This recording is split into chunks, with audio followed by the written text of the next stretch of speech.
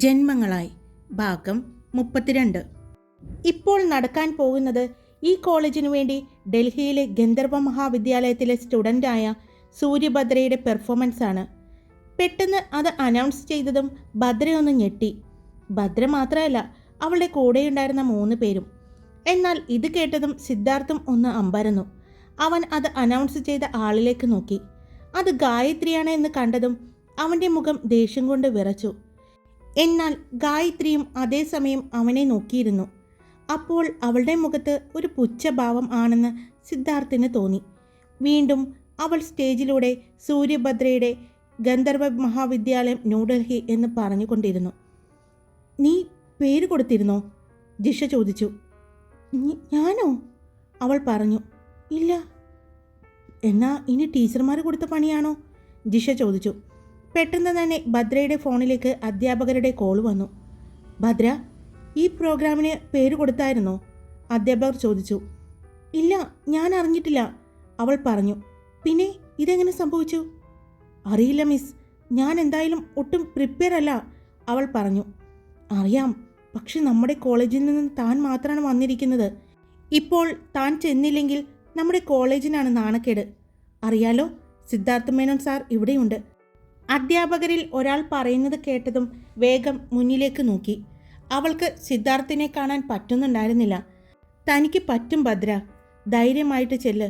നമ്മുടെ കോളേജിൻ്റെ അഭിമാന പ്രശ്നമാണ്. തനിക്ക് നന്നായിട്ട് ചെയ്യാൻ പറ്റും. ടീച്ചർമാർ പറഞ്ഞുകൊണ്ടിരിക്കുമ്പോഴാണ് അവളുടെ ഫോണിലേക്ക് സിദ്ധാർത്ഥിൻ്റെ കോള് വന്നത്. ടീച്ചർ, ഞാൻ പറയാം എന്ന് പറഞ്ഞ് അവൾ ഫോൺ കട്ട് ചെയ്തു. സിദ്ധാർത്ഥിൻ്റെ കോൾ എടുത്തു. സിദ്ധുവേട്ട, ഇത് ഞാൻ അറിഞ്ഞിട്ടില്ല. ടീച്ചർമാർ അറിഞ്ഞിട്ടില്ല എന്ന് പറയുന്നത്. പിന്നെ ഇത് ആരാണ്? പെട്ടെന്ന് അവൾ ചോദിച്ചു. സൂര്യ, നന്നായി പെർഫോം ചെയ്യണം. ഞാനല്ലേ പറയുന്നത്, ഞാൻ ഉണ്ടാവും ഇവിടെ, അവൻ പറഞ്ഞു. പക്ഷേ സിദ്ധു ഏട്ടാ, ഞാൻ... സൂര്യ, ഞാനല്ലേ പറയുന്നത്, ധൈര്യമായിട്ട് ചെല്ല്, അവൻ പറഞ്ഞതും ഫോൺ കട്ട് ചെയ്തു. പിന്നെ മറ്റൊന്നും ആലോചിക്കാതെ അവൾ അവളുടെ കയ്യിലുണ്ടായിരുന്ന ബാഗ് പിടിച്ചുകൊണ്ട് എഴുന്നേറ്റു. അവളുടെ കൂടെ തന്നെ ജിഷയും ദിവ്യയും ഷാരോണും എഴുന്നേറ്റു. നീ പെർഫോം ചെയ്യാൻ പോവാണോ? ജിഷ ചോദിച്ചു. അതെ, അവർ സൂര്യഭദ്ര എന്ന് മാത്രമല്ല പറഞ്ഞിരിക്കുന്നത്, അവർ നമ്മുടെ കോളേജിൻ്റെ പേരും കൂടി എൻ്റെ പേരിനൊപ്പം പറഞ്ഞിട്ടുണ്ട്. അതുകൊണ്ട് ഞാൻ പെർഫോം ചെയ്യാൻ പോവാണ് എന്ന് പറഞ്ഞ് അവൾ നടന്നു. അവൾ നടക്കുന്നത് എല്ലാവരും ശ്രദ്ധിക്കുന്നുണ്ടായിരുന്നു. അവൾ ആ വേദിയിലൂടെ തന്നെ നടന്ന് സ്റ്റേജിലേക്ക് കയറി. അവളെ കണ്ട് എല്ലാവരും അത്ഭുതപ്പെട്ടു അവളെ നോക്കി. കാരണം ഇത്രയും നേരം നടന്ന പെർഫോമൻസ് എല്ലാവരും ഡാൻസിൻ്റെ കോസ്റ്റ്യൂമിലും മേക്കപ്പിലും എല്ലാമായിരുന്നു. അപ്പോഴാണ് യാതൊരുവിധ മേക്കപ്പും ഒന്നുമില്ലാതെ ഒരു ചുരിദാർ മാത്രം ഇട്ടുകൊണ്ട് ഒരു പെൺകുട്ടി സ്റ്റേജിലേക്ക് കയറുന്നത് എല്ലാവരും അത്ഭുതത്തോടെ അവളെ നോക്കി. പരസ്പരം എന്തൊക്കെയോ പറയുന്നുണ്ടായിരുന്നു. എന്നാൽ മുന്നിലിരുന്ന സിദ്ധാർത്ഥ് അവളെ മാത്രമാണ് നോക്കിയത്. അവൾ അപ്പോഴാണ് കണ്ടത് സ്റ്റേജിൽ മൈക്കം പിടിച്ചു നിൽക്കുന്ന ഗായത്രിയെ. അവൾക്ക് ഏകദേശം കാര്യങ്ങൾ മനസ്സിലായതും അവൾ വേഗം തന്നെ ഗായത്രിയുടെ അടുത്തേക്ക് ചെന്നു. ഒന്ന് പുഞ്ചിരിച്ചുകൊണ്ട് അവളുടെ കയ്യിൽ നിന്നും മൈക്ക് വാങ്ങി. ആദ്യം അവൾ അവിടെ ഇരിക്കുന്ന എല്ലാവരെയും പേരെടുത്ത് പറഞ്ഞ് ഈ ഫംഗ്ഷന് എത്തിയതിൽ അവർക്കെല്ലാവർക്കും നന്ദി പറഞ്ഞു. എന്നിട്ട് അവൾ പറഞ്ഞു തുടങ്ങി. ഇപ്പോൾ ഈ പ്രോഗ്രാമിന് എൻ്റെ പേര് എൻ്റെ കോളേജിൽ നിന്ന് വന്ന അധ്യാപകരോ ഈ പേരിൻ്റെ ഉടമയായ ഞാനോ അറിഞ്ഞിട്ടില്ല. ഇങ്ങനെ ഒരു പെർഫോമൻസ് എന്നോട് പറഞ്ഞിട്ടുമില്ല. അതുകൊണ്ട് ഞാൻ ഒട്ടും തന്നെ പ്രിപ്പയർ ആവാതെയാണ് ഇവിടെ വന്നിരിക്കുന്നത്. ഡാൻസിൻ്റെ കോസ്റ്റ്യൂമോ മേക്കപ്പോ ഒന്നുമില്ലാതെ എനിക്ക് വരേണ്ടി വന്നത് അതുകൊണ്ടാണ്. ഞാനും എൻ്റെ അധ്യാപകരും അറിയാതെയാണ് ഇപ്പോൾ ഈ പ്രോഗ്രാമിന് എന്നെ ഇവിടേക്ക് ക്ഷണിച്ചിരിക്കുന്നത്. എന്നാൽ കൂടി എൻ്റെ കോളേജിൻ്റെ പേര് എൻ്റെ പേരിൻ്റെ ഒപ്പം ചേർത്ത് പറഞ്ഞത് കൊണ്ട് തന്നെ എൻ്റെ കോളേജിൻ്റെ അഭിമാനത്തെയും പേരിനെയും പ്രശസ്തിയെയും ബാധിക്കാതിരിക്കാൻ വേണ്ടി ഞാൻ ഈ പെർഫോമൻസ് ഇവിടെ ചെയ്യുകയാണ്. നിങ്ങൾക്കെല്ലാവർക്കും ഇഷ്ടപ്പെടുമെന്ന് കരുതുന്നു. ഇഷ്ടപ്പെട്ടാൽ നിറഞ്ഞ കയ്യടി തന്ന് എന്നെ പ്രോത്സാഹിപ്പിക്കുക എന്ന് പറഞ്ഞ് അവൾ ജിഷയെ ഒന്ന് നോക്കി. അവളെ നോക്കിയതും കാര്യം മനസ്സിലായ അവൾ വേഗം തന്നെ ബാഗിൽ നിന്നും ഒരു പെൻഡ്രൈവ് എടുത്തു. അവിടെ മ്യൂസിക് പ്ലേ ചെയ്യുന്ന ആളുടെ അടുത്തേക്ക് കൊണ്ടുപോയി കൊടുത്തു. ചുരിദാറിൻ്റെ ഷോള് നന്നായി കെട്ടിവെച്ച് അവൾ നൃത്തം ചെയ്യാനായി മുന്നിലിരിക്കുന്ന സിദ്ധാർത്ഥിനെ നോക്കി. അവൾക്ക് മാത്രമായി കാണാനായി അവൻ്റെ ചുണ്ടിൽ ഒരു പുഞ്ചിരി ഉണ്ടായതായി അവൾക്ക് തോന്നി.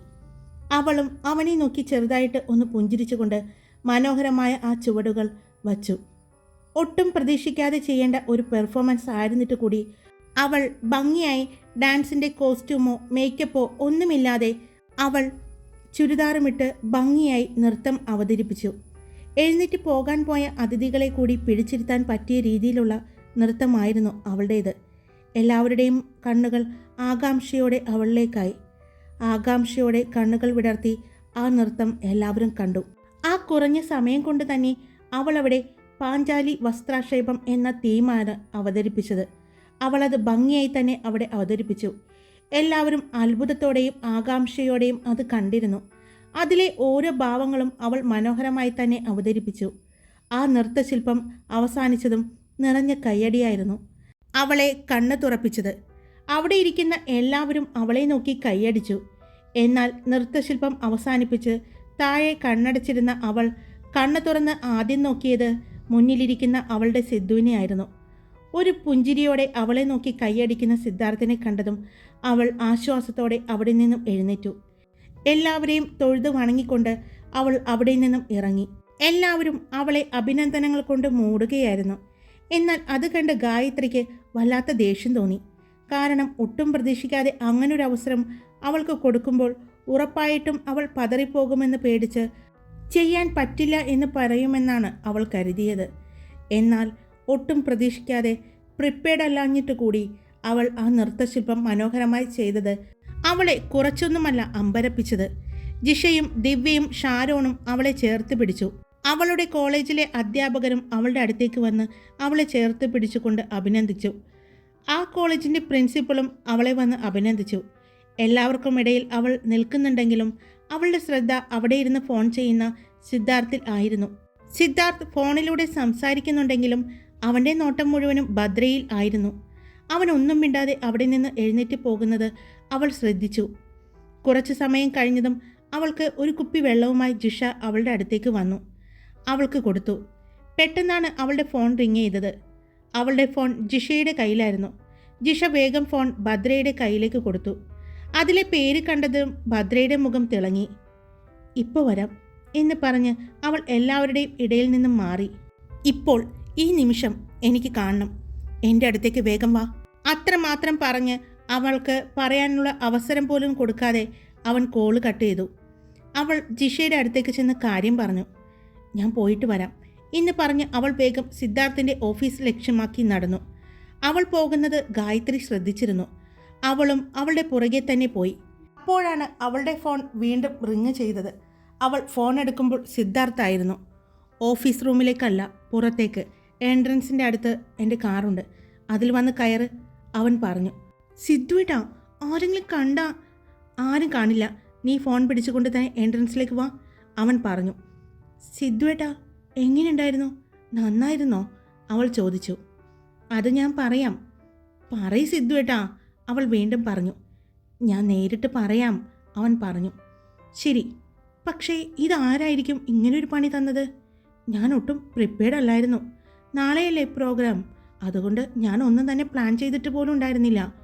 പക്ഷേ ആരും എനിക്ക് പണി തന്നതാണ്, എനിക്ക് ഉറപ്പായിരുന്നു. അതുകൊണ്ട് തന്നെയാണ് രണ്ടും കൽപ്പിച്ച് കണ്ണടച്ച് ഞാൻ ആ തീം തന്നെ ചെയ്തത്.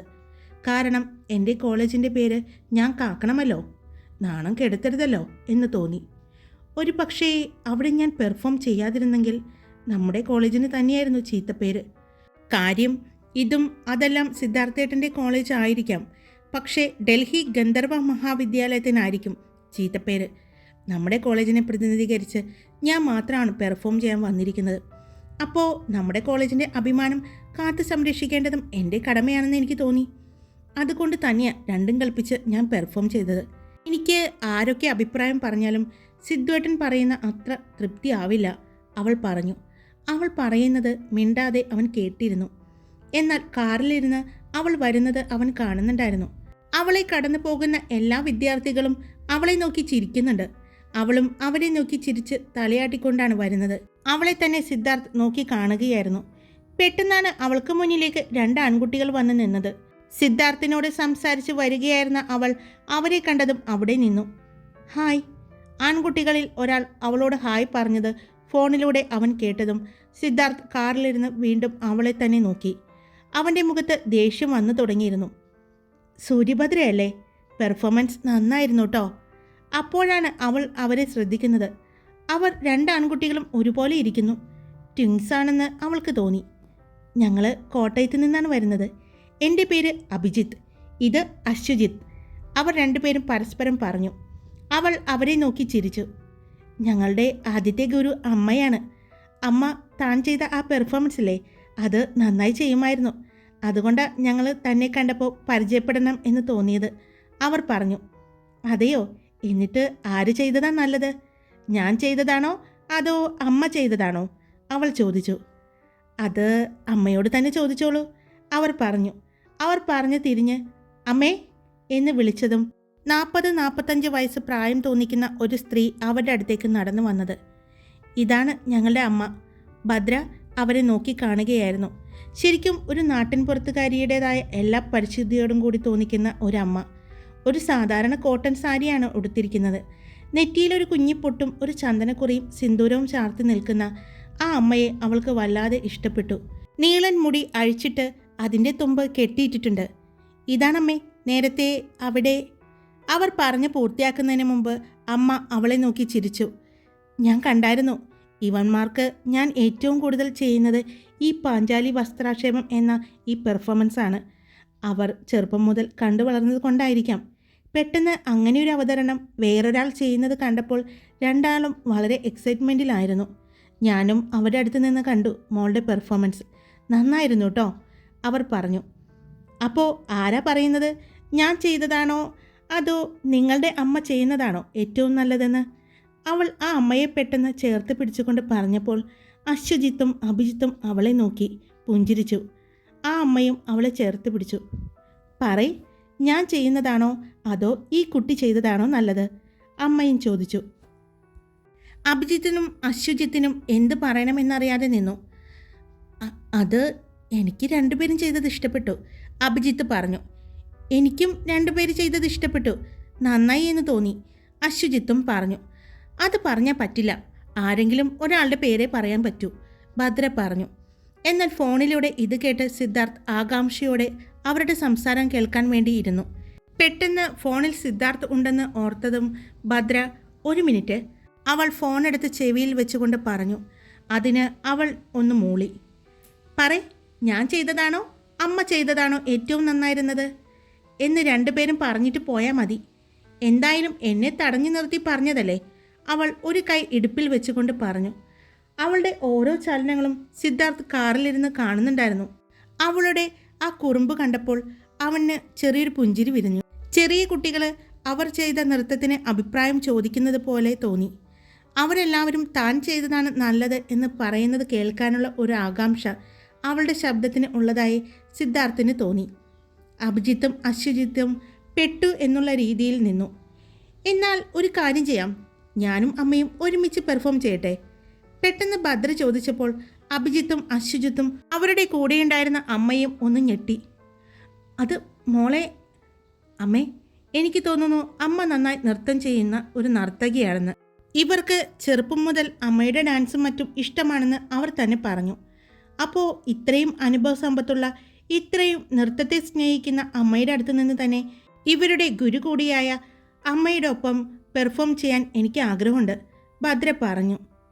മോളെ, ഞാൻ 1 മിനിറ്റ് കേട്ടോ എന്ന് പറഞ്ഞ് അവൾ അമ്മയുടെ കയ്യിൽ നിന്നും കൈ വിട്ടുകൊണ്ട് ഫോണുമായി അല്പം മാറി.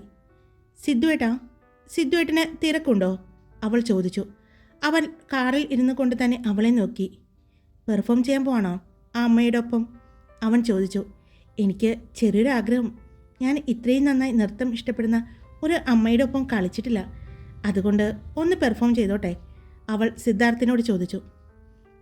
വാ, ഞാനുണ്ട് കാണാൻ, അവൻ പറഞ്ഞുകൊണ്ട് കാറിൽ നിന്നും പുറത്തേക്കിറങ്ങി. കാറിൽ നിന്നും പുറത്തേക്കിറങ്ങുന്നത് ഭദ്ര കണ്ടിരുന്നു. അപ്പോഴാണ് ആ കാറിൽ അവൻ ഉണ്ടായിരുന്നത് അവൾ അറിഞ്ഞത്. ഇത് സിദ്ധുവേട്ടൻ്റെ കാറല്ലല്ലോ, അവൾ പെട്ടെന്ന് ചോദിച്ചു. എൻ്റെ കാറ് തന്നെയാണ്, പക്ഷേ ഞാനിത് കൂടുതൽ ഉപയോഗിക്കാറില്ല. ഇപ്പോൾ ഇവിടെ നിന്ന് ഞാൻ എൻ്റെ കാറെടുത്ത് അതിൽ നീ കയറുന്നത് കൂടി കണ്ടാൽ എല്ലാവരും ശ്രദ്ധിക്കുമെന്ന് തോന്നി. ആർക്കും ഈ കാറ് എൻ്റേതാണെന്ന് അറിയില്ല, അതുകൊണ്ടാണ് ഞാൻ ഈ കാറെടുത്തത്, അവൻ പറഞ്ഞു. അയ്യോ, അപ്പോൾ അത് കുഴപ്പമില്ലേ? എൻ്റെ പെണ്ണിൻ്റെ ആഗ്രഹമല്ലേ, ഞാനൊന്ന് കാണട്ടെ. ആദ്യത്തെ ഒരു കോമ്പറ്റീഷൻ ഒരു പ്രായമുള്ള അമ്മയുമായിട്ട് നടത്തുന്നത് എന്തുകൊണ്ടും നല്ലതാണ്. അവരിൽ നിന്നും എന്തെങ്കിലുമൊക്കെ നിനക്ക് പഠിക്കാൻ കിട്ടും. സിദ്ധാർത്ഥ് അവളോട് സംസാരിച്ചു കൊണ്ട് തന്നെ നടന്നു പോകുന്നത് അവൾ കണ്ടു. പക്ഷേ എവിടെ വെച്ച് ചെയ്യും? അവൾ ചോദിച്ചു. നേരത്തെ പ്രോഗ്രാം നടന്ന ഓഡിറ്റോറിയത്തിലേക്ക് ചെല്ല്. ഇപ്പോൾ അവിടെ അങ്ങനെ ആരും ഉണ്ടാവില്ല. എല്ലാവരും പുറത്തേക്ക് വന്നിട്ടുണ്ടാവും. ഇനി ആരെങ്കിലും ഉണ്ടായാലും കുഴപ്പമില്ല. പക്ഷേ ഞാൻ എന്തായാലും ഉണ്ടാവും. അവിടെ മുകളിലെ ബാൽക്കണിയിൽ ഇരുന്നു കൊണ്ട് ഞാനത് കാണും, അവൻ പറഞ്ഞു. ശരി, ഞാൻ അങ്ങോട്ട് വരാം എന്ന് പറഞ്ഞ് ഭദ്ര ഫോൺ കട്ട് ചെയ്തു. മക്കളെ, ഞാൻ ചെയ്ത ആ കുഞ്ഞിൻ്റെ ഒപ്പം ശരിയാകില്ല. ആ അമ്മ അഭിജിത്തിനോടും അശ്വജിത്തിനോടും പറയുന്നത് കേട്ടാണ് ഭദ്ര അങ്ങോട്ട് വന്നത്. അമ്മേ, ഇത് മത്സരമൊന്നുമല്ല. എനിക്ക് ഞാൻ ചെയ്യുന്നത് എത്ര നന്നായിരുന്നു എന്ന് അറിയാനുള്ളൊരു ആഗ്രഹമാണ്. നന്നായിട്ട് അമ്മയ്ക്ക് ചെയ്യാൻ പറ്റുമെന്ന് എനിക്കറിയാം. അമ്മയിൽ നിന്നും കുറച്ച് അറിവുകൾ കൂടി എനിക്ക് കിട്ടുമെന്ന് തോന്നുന്നു. അതുകൊണ്ടാണ്. പ്ലീസ്, എൻ്റെ ഒരു ആഗ്രഹമാണ്. ഞാൻ ഇടയ്ക്ക് എൻ്റെ അമ്മയോട് പറയും, അമ്മേ നമുക്ക് രണ്ടുപേർക്കും ചെയ്യാമെന്ന്. പക്ഷേ എൻ്റെ അമ്മയ്ക്ക് നൃത്തം അധികമൊന്നും അറിയില്ല. അതുകൊണ്ട് വളരെ ചെറിയ രീതിയിൽ ഞാനും അമ്മയും ഇടയ്ക്ക് ചെയ്യാറുണ്ട്. അത് കണ്ട് ആസ്വദിക്കാനായിട്ട് അച്ഛൻ മുൻപന്തിയിലുണ്ടാകും. അതുപോലെ നമുക്ക് രണ്ടുപേർക്കും ഒന്ന് ചെയ്തു നോക്കാം പ്ലീസ്, അവൾ പറഞ്ഞു. വാ അമ്മേ. മക്കളും കൂടി വിളിച്ചതോടുകൂടി ആ അമ്മ എതിർത്തൊന്നും പറയാതെ ഭദ്രയുടെ കൈ പിടിച്ചുകൊണ്ട് ഓഡിറ്റോറിയത്തിലേക്ക് നടന്നു. കുട്ടികളൊന്നും അധികം ഉണ്ടായിരുന്നില്ല. ഇടയ്ക്ക് 2-3 സീറ്റുകളിൽ 2-3 കുട്ടികളിരുന്ന് സംസാരിച്ചു കൊണ്ടിരിക്കുന്നത് കണ്ടു. അവൾ ഫോണെടുത്ത് ജിഷയെ വിളിച്ചു. വേഗം ഓഡിറ്റോറിയത്തിലേക്ക് വരാൻ പറഞ്ഞു. അല്പസമയത്തിന് ശേഷം ജിഷയും ദിവ്യയും ഷാരോണും അങ്ങോട്ട് വന്നു. അപ്പോഴാണ് സ്റ്റേജിൽ അവൾ ഒരു അമ്മയുടെ കൂടെ നിൽക്കുന്നത് ജിഷ കണ്ടത്. അവൾ നേരെ അങ്ങോട്ട് ചെന്നു. എന്താ പരിപാടി ഇവിടെ? അവൾ ചോദിച്ചു. അത് അവൾ അഭിജിത്തിനെയും അശ്വജിത്തിനെയും ആദ്യം പരിചയപ്പെടുത്തി കൊടുത്തു. അതിനുശേഷം ആ അമ്മയെയും. കാര്യം പറഞ്ഞപ്പോൾ അവർക്കും അത് കാണാനുള്ള ഒരു ആകാംക്ഷ. എന്നാ നമുക്ക് നോക്കാം എന്ന് ജിഷയും ദിവ്യയും പറഞ്ഞു. ആ പെൺഡ്രൈവുമായി വീണ്ടും ജിഷ അവിടെയുള്ള സിസ്റ്റത്തിൻ്റെ അടുത്തേക്ക് പോയി. അത് സെറ്റ് ചെയ്തു. ഭദ്ര ഷോളെടുത്ത് നന്നായി ഇടുപ്പിൽ കുത്തിക്കൊണ്ട് നമസ്കരിച്ചതിന് ശേഷം അവൾ അമ്മയുടെ കാലിൽ തൊട്ട് അനുഗ്രഹം വാങ്ങി. അവർ അവളുടെ തലയിൽ തൊട്ട് അനുഗ്രഹിച്ചുകൊണ്ട് രണ്ടുപേരും നൃത്തം ചെയ്യാൻ തുടങ്ങി. ഇതെല്ലാം മുകളിലിരുന്ന് സിദ്ധാർത്ഥ് കാണുന്നുണ്ടായിരുന്നു. അപ്പോൾ അവൻ്റെ മനസ്സിൽ വന്നത് അവൻ്റെ അമ്മയും ഭദ്രയും ചേർന്ന് നൃത്തം ചെയ്യുന്നതാണ് അവന് തോന്നിയത്. അവർ രണ്ടുപേരും മനസ്സ് നിറഞ്ഞ് ആ നൃത്തശില്പം അവതരിപ്പിച്ചു. അവിടെ അഭിജിത്തും അശ്വജിത്തും ജിഷയും ദിവ്യയും ഷാരോണും അങ്ങനെ വളരെ കുറച്ച് കുട്ടികൾ മാത്രം ഉണ്ടായിരുന്ന ആ ഹാളിൽ പിന്നീട് ഒരുപാട് ആളുകൾ കൊണ്ട് നിറഞ്ഞു. അത്രയും മനോഹരമായി അവർ രണ്ടുപേരും ആ നൃത്തം ചെയ്തു അവസാനിപ്പിച്ചു. നിറഞ്ഞ കയ്യടിയാണ് പിന്നീട് കേട്ടത്. അവർ രണ്ടുപേരും പരസ്പരം നോക്കി. ആ അമ്മ അവളെ ചേർത്ത് പിടിച്ചു. മുകളിലിരുന്നു കൊണ്ട് സിദ്ധാർത്ഥ് ആ കാഴ്ച കണ്ട് മനസ്സ് നിറഞ്ഞു. അവൻ്റെ കണ്ണുകൾ എന്തിനോ വീണ്ടും നിറഞ്ഞു. അമ്മയെ ഒരുപാട് മിസ് ചെയ്യുന്നതായി അവന് തോന്നി. അമ്മ അവളെ കെട്ടിപ്പിടിച്ചതിന് ശേഷം അവളിൽ നിന്നും അടർന്നു മാറിയതും അവൾ നേരെ മുകൾ നിലയിലേക്കാണ് നോക്കിയത്. അവിടെ സിദ്ധാർത്ഥ് ഇരിക്കുന്നത് കണ്ടു. അപ്പോഴേക്കും അങ്ങോട്ട് അഭിജിത്തും ജിഷയടക്കം എല്ലാവരും വന്നു. ഇനി പറ, ഇതിലാരാണ് ചെയ്തത്? ഭദ്ര ചോദിച്ചു. എൻ്റെ പൊന്നു ഭദ്ര, ഒന്നും പറയാനില്ല. രണ്ടുപേരും ഒന്നിനൊന്നും മെച്ചം. രണ്ടുപേരും ഒരുമിച്ച് പഠിച്ച് അരങ്ങേറുന്നത് പോലെ തോന്നി.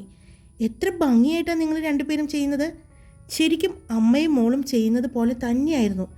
ജിഷ തോരാതെ അഭിനന്ദിച്ചു കൊണ്ടിരുന്നു. അതിനെ അനുകൂലിച്ചുകൊണ്ട് ദിവ്യയും ഷാരോണും നിന്നു. അഭിജിത്തും അശ്വജിത്തും വന്ന് അവരെ രണ്ടുപേരെയും അഭിനന്ദിച്ചു. ശരിക്കും റിയലി ഗുഡ്. അവർ രണ്ടുപേരും അമ്മയെ ചേർത്ത് പിടിച്ചപ്പോൾ ഇനി ഫലപ്രഖ്യാപനം. രണ്ടുപേരും 100-ൽ 100 മാർക്ക് മേടിച്ച് വിജയിച്ചിരിക്കുന്നു, അഭിജിത്ത് പറഞ്ഞു. അപ്പോഴാണ് സിദ്ധാർത്ഥിനെ അവൾക്ക് ഓർമ്മ വന്നത്. അവൾ വേഗം ജിഷയോട് പറഞ്ഞു. ഞാൻ സിദ്ധുവേട്ടനെ കണ്ടിട്ടില്ല, ഒന്ന് കണ്ടിട്ട് വരട്ടെ. ആള് മുകളിൽ നിന്ന് ഇറങ്ങിയിട്ടുണ്ട്, അവൾ പറഞ്ഞു. അപ്പോഴാണ് ജിഷ മുകളിലേക്ക് നോക്കിയത്. അവിടെ നിന്നും തിരിഞ്ഞിറങ്ങിപ്പോകുന്ന സിദ്ധാർത്ഥിനെ അവൾ കണ്ടു. അപ്പോൾ ഇത് കാണാൻ വേണ്ടി സിദ്ധാർത്ഥ് സാർ വന്നിരുന്നോ?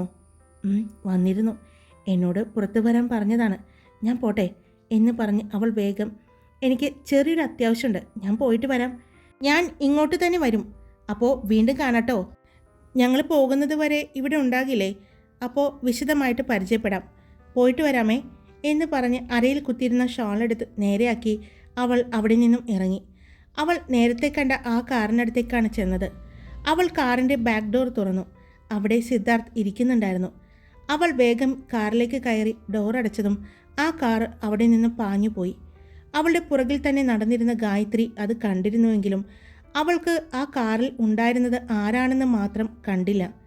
അത് സിദ്ധാർത്ഥിൻ്റെ കാറാണെന്ന് അവൾക്ക് അറിയില്ലായിരുന്നു.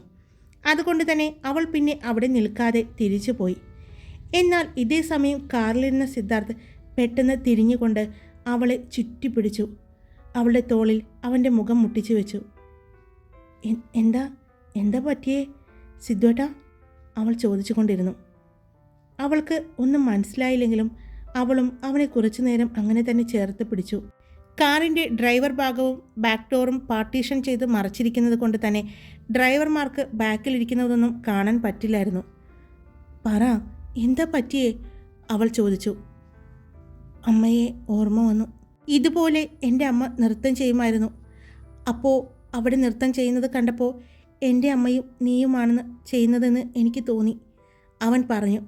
അപ്പോഴാണ് അവൾക്ക് അവൻ്റെ മനസ്സിൻ്റെ ആ വേദന എത്രയാണെന്ന് മനസ്സിലായത്. അല്പസമയം അവളും മിണ്ടാതെയിരുന്നു. എന്നിട്ട് പെട്ടെന്ന് അവനോട് ചോദിച്ചു, ഞാൻ എൻ്റെ അമ്മായിമ്മ ഇങ്ങോട്ട് വന്നിട്ട് ഞാനും എൻ്റെ അമ്മയും കൂടി ഇതുപോലെ ഒരുപാട് തവണ നൃത്തം ചെയ്യും, അവൾ പറഞ്ഞു. എന്നിട്ട് ജഡ്ജിയായിട്ട് എൻ്റെ സിദ്ധുവേട്ടൻ്റെ അച്ഛനെയും സിദ്ധുവേട്ടനെയും ഇരുത്തും. രണ്ടുപേരും സെലക്ട് ചെയ്യണം ആരാണ് ഭംഗിയായി ചെയ്തതെന്ന്. എനിക്കറിയണം ഞാനാണോ അമ്മയാണോ നന്നായി നൃത്തം ചെയ്യുന്നതെന്ന്, അവൾ അവൻ്റെ മനസ്സിൻ്റെ വേദന മാറ്റാൻ വേണ്ടി പറഞ്ഞുകൊണ്ടിരുന്നു. ദേ മനുഷ്യ, ഞാനൊരു കാര്യം പറഞ്ഞേക്കാം. അപ്പോൾ എങ്ങാനും എൻ്റെ നൃത്തം മോശമാണെന്ന് പറഞ്ഞ് അമ്മയുടെ ഭാഗം ചേർന്നാൽ ഉറപ്പായിട്ടും ഞാൻ ബെഡ്റൂമിൽ നോ എൻട്രി ബോർഡ് വയ്ക്കും, അവൾ കുറുമ്പോടെ പറഞ്ഞു. അത് കേട്ട് അവന് ചിരി വന്നു. അവളിൽ നിന്നും അടർന്നു മാറിക്കൊണ്ട് അവൻ അവളുടെ അരയിലൂടെ ചേർത്ത് പിടിച്ച് അവനിലേക്ക് അടുപ്പിച്ചുകൊണ്ട് പറഞ്ഞു, ബെഡ്റൂമിൽ ഒരിക്കലും നിനക്ക് നോ എൻട്രി ബോർഡ് വയ്ക്കാൻ പറ്റില്ല, ഞാനേ സമ്മതിക്കില്ല, അവൻ പറഞ്ഞു. വിവാഹം കഴിഞ്ഞ അന്നു മുതൽ നീ എൻ്റെ ഒപ്പം തന്നെ ഒരുമിച്ചായിരിക്കും ഒരു റൂമിൽ. അതുകൊണ്ട് ഒറ്റയ്ക്ക് ഒരു റൂമിൽ നോ എൻട്രി ബോർഡും വെച്ച് കിടക്കാമെന്ന് മോള് സ്വപ്നം പോലും കാണണ്ട കേട്ടോ, അവൻ പറഞ്ഞു. അവൻ്റെ ശബ്ദത്തിൽ നിന്നും വിഷമം മാറിയെന്ന് മനസ്സിലായതും അവനിപ്പോൾ ആ വിഷമത്തിൽ നിന്നും മറികടന്നുവെന്ന് അവൾക്ക് മനസ്സിലായി. അല്ല, നമ്മളിപ്പോൾ എങ്ങോട്ടാണ് പോകുന്നത്? അവൾ പെട്ടെന്ന് ചുറ്റും നോക്കിക്കൊണ്ട് ചോദിച്ചു. അതോ, ഇന്ന് എത്ര ഭംഗിയായിട്ടെന്നറിയോ നീ 2 പ്രാവശ്യം നൃത്തം ചെയ്തത്? ആദ്യം ചെയ്തതിലും കുറച്ചുകൂടി ഭംഗി രണ്ടാമത് ചെയ്തപ്പോൾ ഉള്ളതായി എനിക്ക് തോന്നി, അവൻ പറഞ്ഞു. എനിക്കും തോന്നി. ഞാനും ആ അമ്മയുടെ ഒപ്പം ശരിക്കും മനസ്സറിഞ്ഞ് തന്നെയാണ് നൃത്തം ചെയ്തത്. ആദ്യം ചെയ്തപ്പോൾ ആരോടോ ഉള്ളൊരു വാശിക്ക് ചെയ്തതാണെങ്കിൽ രണ്ടാമത് ആ അമ്മയോടൊപ്പം ചെയ്തപ്പോൾ മനസ്സറിഞ്ഞ ഞാൻ നൃത്തം ചെയ്തത്. അതുകൊണ്ടായിരിക്കും കൂടുതൽ ഭംഗി തോന്നിച്ചത്, അവൾ പറഞ്ഞു. ഹായ് കൂട്ടുകാരെ, ഞാനാണ് കാർത്തിക. അപ്പോൾ എല്ലാവർക്കും സ്റ്റോറി ഇഷ്ടമായ ഒരു അഭിപ്രായം ഒരു വരി കമൻ്റായിട്ട് നിങ്ങൾക്ക് പറയാൻ പാടില്ലേ? എല്ലാവരുടെയും അഭിപ്രായങ്ങൾ കേൾക്കുമ്പോൾ അത് കാണുമ്പോൾ ഒരുപാട് സന്തോഷം തോന്നാറുണ്ട്. ഞങ്ങൾക്ക് വീണ്ടും വീണ്ടും ഇത് എഴുതാൻ പ്രചോദനം തോന്നിക്കുന്നത് നിങ്ങളുടെ വാക്കുകളാണ്. അതുകൊണ്ട് ഉറപ്പായിട്ടും നിങ്ങളുടെ അഭിപ്രായങ്ങൾ കമൻ്റായിട്ട് പറയുക. ഇഷ്ടപ്പെട്ട ലൈക്ക് ചെയ്യുക, അത് മസ്റ്റായിട്ട് ചെയ്യാൻ ഓർക്കണേ. സബ്സ്ക്രൈബ് ചെയ്യാതെ കേൾക്കുന്നവരുണ്ടെങ്കിൽ സബ്സ്ക്രൈബ് ചെയ്ത് സപ്പോർട്ട് ചെയ്യുക. Love you all. It's me Karthika.